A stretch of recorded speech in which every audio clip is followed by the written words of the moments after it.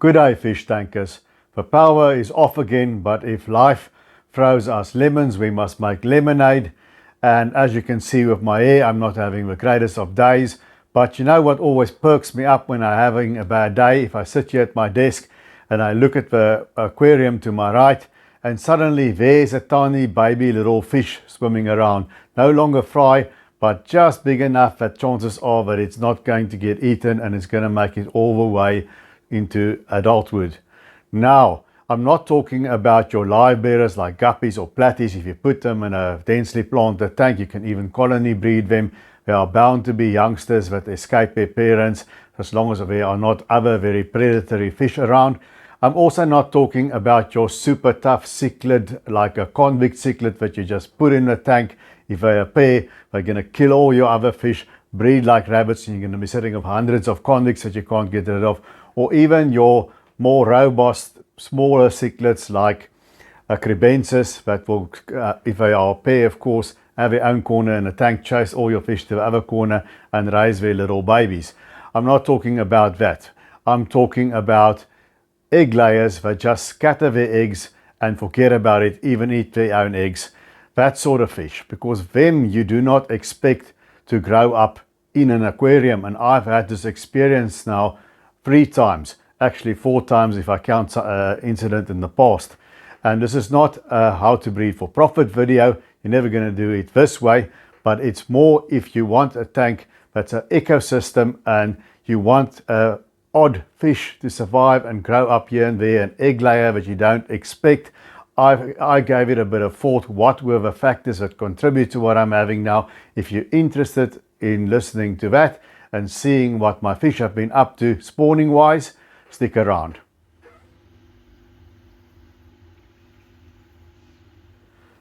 Let's have a quick recap, a little history lesson, if you will, of what occurred in my tanks that I had these tiny little fry surviving and becoming viable little fish on their way to being big fish, big adult fish, or big little fish, because they're not fish that grow very big. First off, I was sitting in front of my 75-gallon downstairs. My eyes caught a bit of movement, almost a bit of a neon reflection, and I looked under the spider wood, and lo and behold, there was a tiny little fish. And on closer inspection, I could see it was a little emperor tetra that popped up there. And that emperor tetra, I've made a video called Tank Boss, my favorite specimen fish. He's not as big as his dad, but he's grown up to be quite a nice little fish and is well on his way to being the size of his dad. I know who the dad is because there's only one male there before him. Then I sat at my desk here and I looked here to the 29-gallon, and as I've just fed the fish, and there in between the plants, in between the crypts, suddenly my eye spot something again, and it was a tiny little cherry bulb. And I've seen the fellow every now and again. He hides there between the plants and he keeps on steadily growing. So that's something that really, to me, it's part of the joys of his hobby. That's how they procreate in nature. After all, there's a reason why they lay all these tons of eggs, because the eggs get eaten and very few of the babies when they hatch actually survive. And then after that, I was sitting here on my chair watching TV with my partner Veronica. Something caught my eye and I almost shouted out, "Look, there's a little fish." And then I looked there in the water column in between the back of a Vallisneria, and there was a tiny little fish. So then it was a diamond tetra. So they spawned here in the Moss and Wasser tank, and boom, there is a little tiny diamond tetra. Unbelievable to me that they made it to not adulthood, but made it to a viable size. Okay, fishy people, for fish to be healthy and happy, and they're not going to spawn if they're not healthy and happy in the first place, they need several things. And now as we look at my 75-ish gallon tank, it's not just clear water that you can see through, it's the things that you don't see, it's the things that we use our test kits for. Now, as far as water parameters are concerned, for the species that spawned here in my tanks, the water parameters just has to be more or less constant and nothing radical. Constant water parameters is more important than constantly fluctuating water parameters. Fish don't like fluctuating water parameters. So my pH stays steady at around about 7.2-ish. the KH is around about 6, and the GH is just over 10, and that's more or less what it is constantly. So that's one thing that fish like before they spawn. And then your water quality. It goes without saying that ammonia and nitrite should be not detectable. It should read 0 on your test kits. And nitrate should be kept low. If my nitrate is somewhere around the 50, I don't see any spawning. I know that from experience in the past. I like to keep it below 25, and nowadays with a deep substrate, it usually stays around 3 to 5 ppm. 15 ppm is about the max that it gets, and the fish will spawn in anything from about 20, 25 downwards. They don't spawn if the nitrates are very high. So that's water quality. Water quality is very important.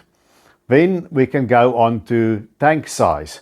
Now what I found with tank sizes, I've got these fish popping up in the big 75, I've got them popping up in the 29, and the 5-gallon pea puffer tank, of course not, there's only pea puffers, and the 7-gallon cube here to my right, I have not found fish making it over there. Now I have in the past had a lot more Java fin on top of that spiderwood, and it had all these hair roots, and I had celestial pool danios or galaxy rasboras in it at the time, and I could see them spawning all the time. And I even spotted some very, very tiny, they look like a sliver of glass fry in the tank. But of course, they never lasted because the Siamese fighter, the beta, is a predator par excellence. And it's just too small a tank to find enough hiding places. So the fry always got eaten after hatching those eggs that did in fact hatch. So I find the tank has to be a bit bigger so that there is more elbow space around. Then the other thing is these fish are egg scatterers, so they need a place to spawn. In the past, I have had ancestors, a bristlenose cat. I didn't even know they were breeding, but they had a lot of driftwood there. And suddenly I saw a raspberry, it looks like a raspberry of eggs, and I thought it would all be eaten. And lo and behold, a few months later, I found a few tiny bristlenose cats in the tank. But that was long ago. Now, as you can see, here you see my emperor tetras busy spawning. That's the big tank. You can see this is a while back. It was before it was a dirted substrate. There's just black blasting sand on the floor there. But they are spawning in the Java moss. Fish absolutely egg scatterers in my opinion. They need somewhere to scatter their eggs where these eggs can get lost. So that they don't, some of the eggs will be eaten, but some of the eggs need to get lost so they are not easily found. And another thing that I found the fish like to spawn in, if you take a look at these cherry bobs, is the subwassertang, or should I say soeswassertang. I always get confused as a kind of a bladderwort, but you can see they just jump right into that, lay their eggs, and off they go. And some of these eggs survive, as do the other tetras. So what I found is either or both, soeswassertang or Java moss in your community aquarium. If you have some of that, that works. They like to scatter the eggs there, and some of the eggs are preserved, because then when you see, you don't see them always. I've only seen these little fish when they were at a size where they could survive.